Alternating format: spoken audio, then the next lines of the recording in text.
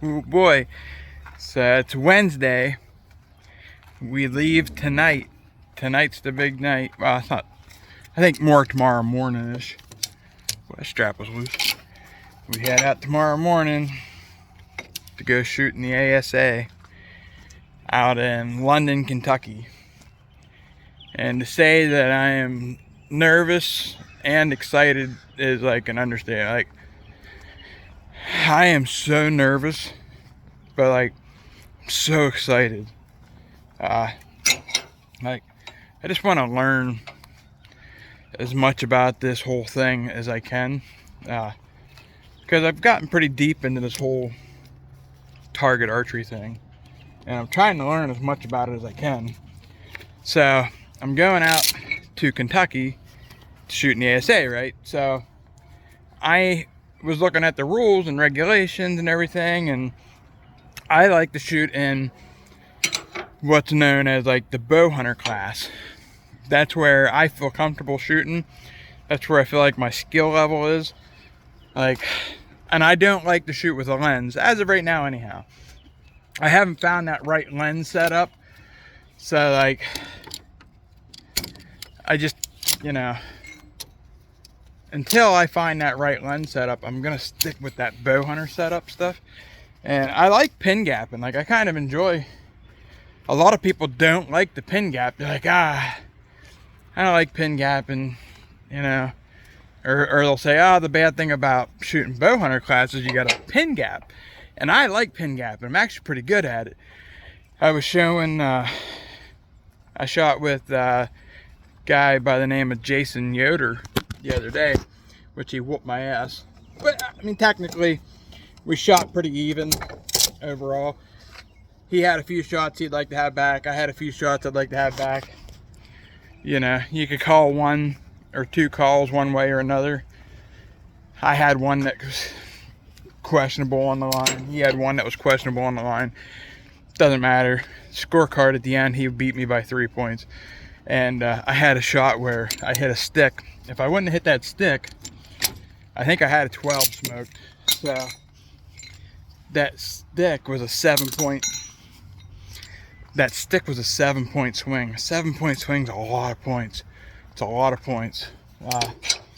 And then I had another one where I was trying to play it safe, and I felt so good about the shot. I was like, oh shit, I got a 12 on that.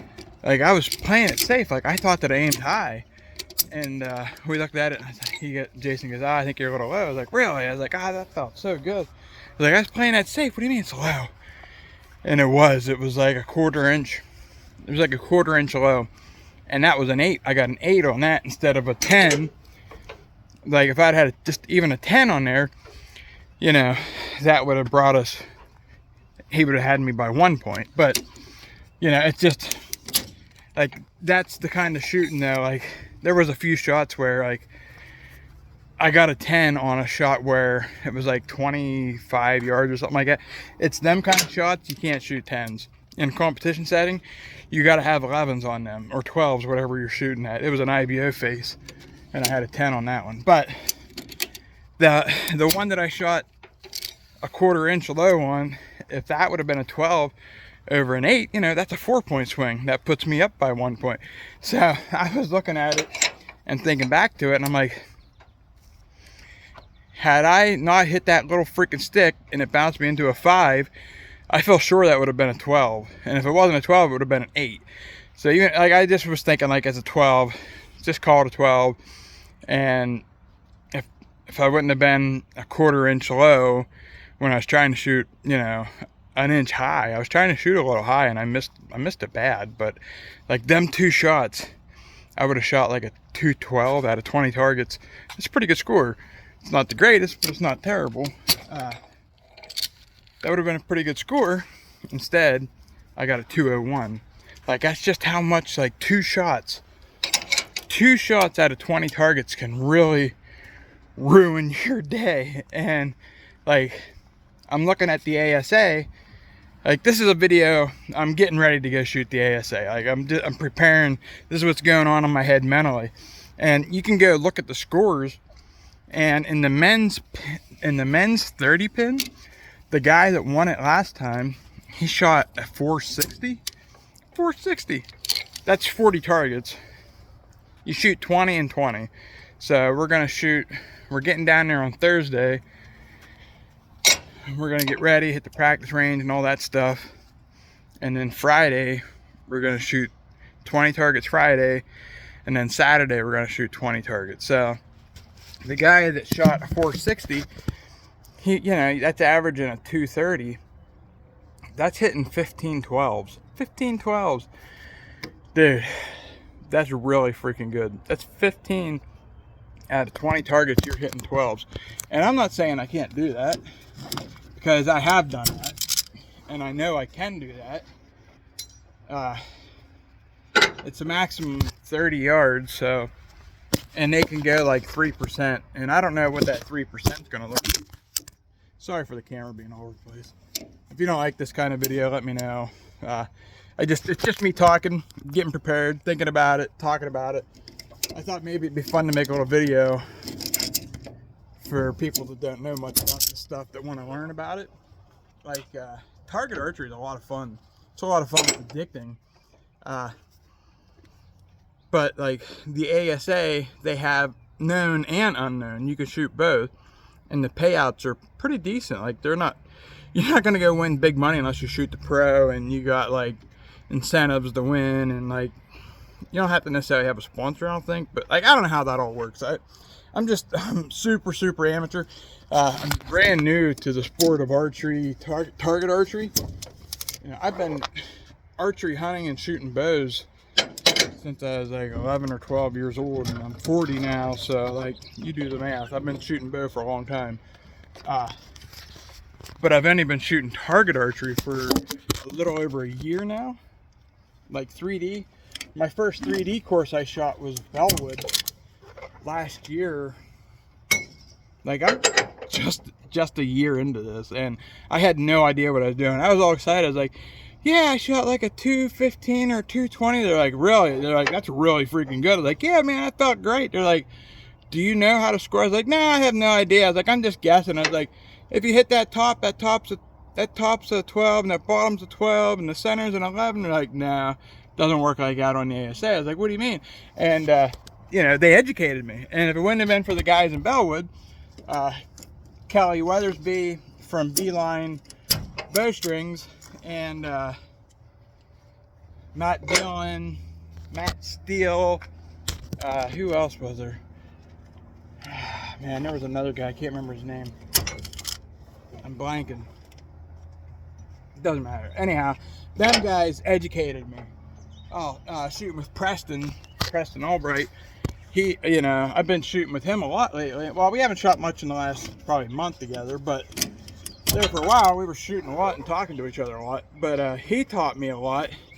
You know, talking to these guys that have been doing this stuff for years, how I learned. Like, so my advice to anybody who's trying to get into target archery is find somebody that does this stuff and knows about it more than like me. Like, I know enough to probably help somebody get into it, but and then it's only because I literally just learned it. Like, I'm just learning this, and like, this is my biggest shoot that I've ever gone to. Like, I've never shot anything like this before, so this is going to be definitely interesting. But the ASA has all kinds of different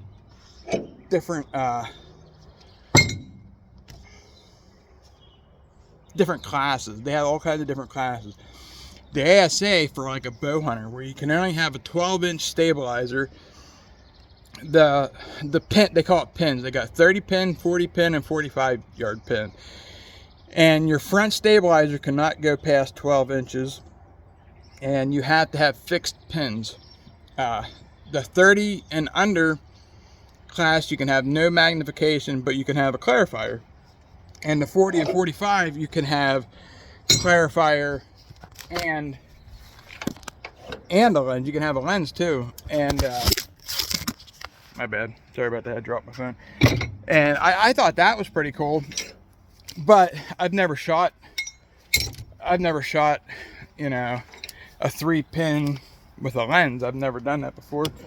So, and in them groups, you can only have a 12-inch stabilizer too. You can have as big of a stabilizer out the back as you want. You can have V-bars. You can add as much weight as you want to in the ASA chute. IBO is different. IBO has a bunch of different classes. They have a bunch of different classes too. And you can go to their websites and research. That's how I've learned a lot of this. That and I've talked to a lot of guys that shooting this stuff. One guy that's really helped me out a lot is Nate Bumgarden. I think it's Bumgarden. If you watch this dude, I apologize. He's the guy that does Wicked Stabilizers or something like that in central Pennsylvania. We shot together up at Average Jack, and we shot a few 3D courses together. He shoots for Darton. He's a Darton guy. He used to shoot Athens, but Darton offered him a contract to shoot for them, so he went to shoot Darton. And anyhow, doesn't matter. Like, I've learned so much from him and from Average Jack, Nate Sellers. I've learned so much from him, and then like just learning this as I go. Like this whole 3D game, the 3D is so much different than like indoor stuff. Like I love indoor. I love shooting indoor paper. A lot of guys don't like shooting indoor paper, but I freaking love it. I enjoy it. I can't wait to shoot indoor again. I'm excited for it coming up. But trying to learn this 3D stuff, like I said, this is my first year really into it. I'm literally a year into it. 2 years ago, guys, I couldn't hit the target. I had target panic so bad I was like shooting under it or over it. I couldn't hit the target, and I didn't know that I had target panic. I had no idea that's what I had going on. And it was actually a girl working at Weaver's Bow Shop, Sherry. I don't know your last name, Sherry. Some of you that watch this, you'll know who I'm talking about. She said to me, Mikey, you want to fix your problem, you want to shoot better, get a hinge. She's like, I tell you what, I personally think you need to buy the goat, the True Ball goat hinge, and because you can shoot both. You can shoot a thumb button and you can shoot a hinge. Like I could shoot a button, okay, not very good, but okay. I couldn't shoot a wrist release to save my life. And so I was like, all right. So she suggested it to me. She said, when you're ready, it's very easy to switch over from a hinge, and if you don't like it, shoot the button. She's like, you shoot. I was in the market for one. And one day at a truck stop, I used to take my bow and stuff with me. And at a truck stop, I was like, I'm going to see if I can learn how to use this hinge. Like, I think I'm ready. I watched enough videos on it. And I went down beside the parking lot. And my very first time shooting a hinge, my anxiety was like way up here. Like I was shaking. I was like, what just happened? Like I was scared. Like, where did my arrow go? Did it go off? Where's it at? And it was dead center, like a perfect freaking shot. And I was like, I'm going to learn how to do this. And then my second shot was just about as crazy bad. And it was another one. Like, it was everything but a Robin Hood. I was like, okay. All right, now my third shot, I was about the same. And I didn't know how to adjust my hinge at that point as far as making it hot or cold. And, that's a whole nother story. But back to the whole, like I said, 2 years ago, I was struggling really bad to hit the target. And now here I am going to an ASA in Kentucky, London, Kentucky. Like, I'm so excited. I'm almost, like, I booked all this shit ahead of time. I talked to a bunch of people, and they're like, yeah, he's like, I talked to Beeline, Kelly Weathersby, and he's like, yeah, he's like, there's a bunch of us going. He's like, we'd love you to come along. He's like, you're more than welcome. He's like, come with us. He's like, if you want to go, say the word. I was like, I want to go. Let's go. I want to go. He's like, all right, well, here's what you got to do. So you got to go on the ASA website, and they have a thing on there called My ASA. Click on that, create an account, pay, I think it's $50 for the membership, something stupid like that. And then to shoot the tournament is $45, I want to say, which is pretty cheap, really. And then to shoot the practice course, I want to say was 20 to 40, I can't remember exactly what it was, doesn't matter. You do all that, pay for the membership. Like it costs a lot in the beginning because you're paying for the $50 membership, which is good for the year. And you only have to pay that once, and then it's $45 for the shoot, so there's another $45, and then you pay for the practice, which is, I mean, once you pay the $50, it's not so bad. So I already paid the $50 and I paid for everything. Like, everything is all set. And then I talked to Matt Dylan, and he said, do you want to book, can you be, are you okay with bunking up with Brian Stone? I said, really? So Brian's going? He's like, yeah. I was like, nice. And Brian, if you watch this, it was crazy. Like, Brian's one of my YouTube subscribers, and that's how I met Brian, was through my YouTube channel. We actually shot the same shoot like 3 or 4 times, and I didn't even realize that we were shooting together. And he even come up to me and said, hey Mikey, how you doing? And he didn't introduce himself, so I didn't realize who he was. And I think I told him, I said, dude, if you thought that was being snobby at all whatsoever, I was like, I wasn't. I was like, I didn't know who you was. Like, it didn't dawn on me until like after the shoot. I think I sent Brian a message and said, hey, I said, was that you? Was that you there? He's like, yeah, that was me. I was like, Jesus, man. I thought, like, it didn't dawn on me until afterwards. Like, we've shot together. We shot Frankstown together. We shot this place up at Bear Rock. He's like, yeah, I was there. I was like, dude, why didn't you say something? I didn't realize it was you. I had no clue. So it was like small world. Like, I met him from my YouTube channel and talked to him. He's like, yeah, I live up in where. I was like, dude, we're neighbors. He's like, yeah, I know, it's awesome. I was like, I had no clue. I had no idea. And now, you know, one of my YouTube subscribers, guy that shoots archery, and he's pretty damn good at it. We're going to the ASA and we're bunking up together in the same hotel or whatever, and you know, and I'm riding down with Brian and Matt, and I'm freaking thrilled, man. Like, I'm so excited. Like, I'm a nervous freaking wreck, but like, that's just my anxiety. It's just my anxiety. It's nothing I can't handle. It's nothing I can't get control of. And I'm so freaking pumped. I really am. And this is a really long video, so if nobody watches this far, oh well. But I'm getting ready for this thing, and I know that it's 30 yards. I don't know, like, I think that they have like a 3% wiggle room there, or whatever they want to call it. So they can go back to, so if you add 3% to 30 is 33.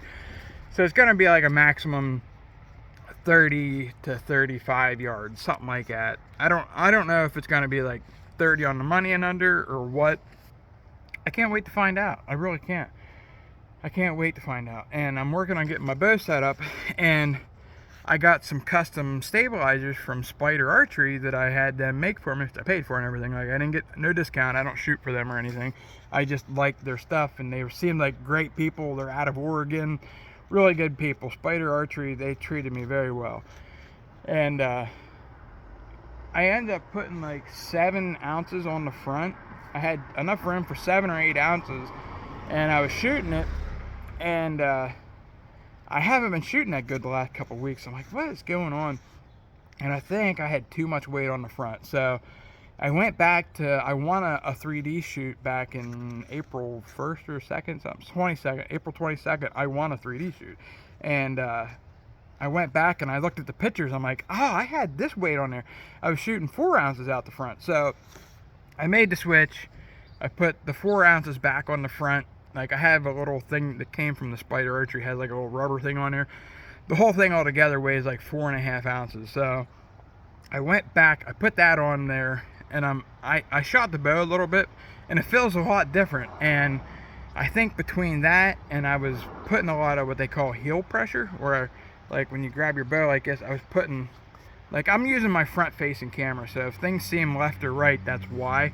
But like when I put my hand into my bow, your bow's like this, when I put my hand in there, I was putting a lot of pressure this way, and so when I drew back, I was pushing up on it. Yeah, see, that looks like I'm left-handed. I'm not. That's actually my right hand. And I was putting a lot of pressure on there. So when I was shooting, I was breaking high and not even realizing I wasn't doing it all the time. It was like I would walk up to a target, like 30-yard shot. I'd put my pin on it, pull through it, and I didn't even realize it because I was putting so much heel pressure. Like, I'm putting so much pressure on it this way and pulling through like I'm trying to rip the bow in half.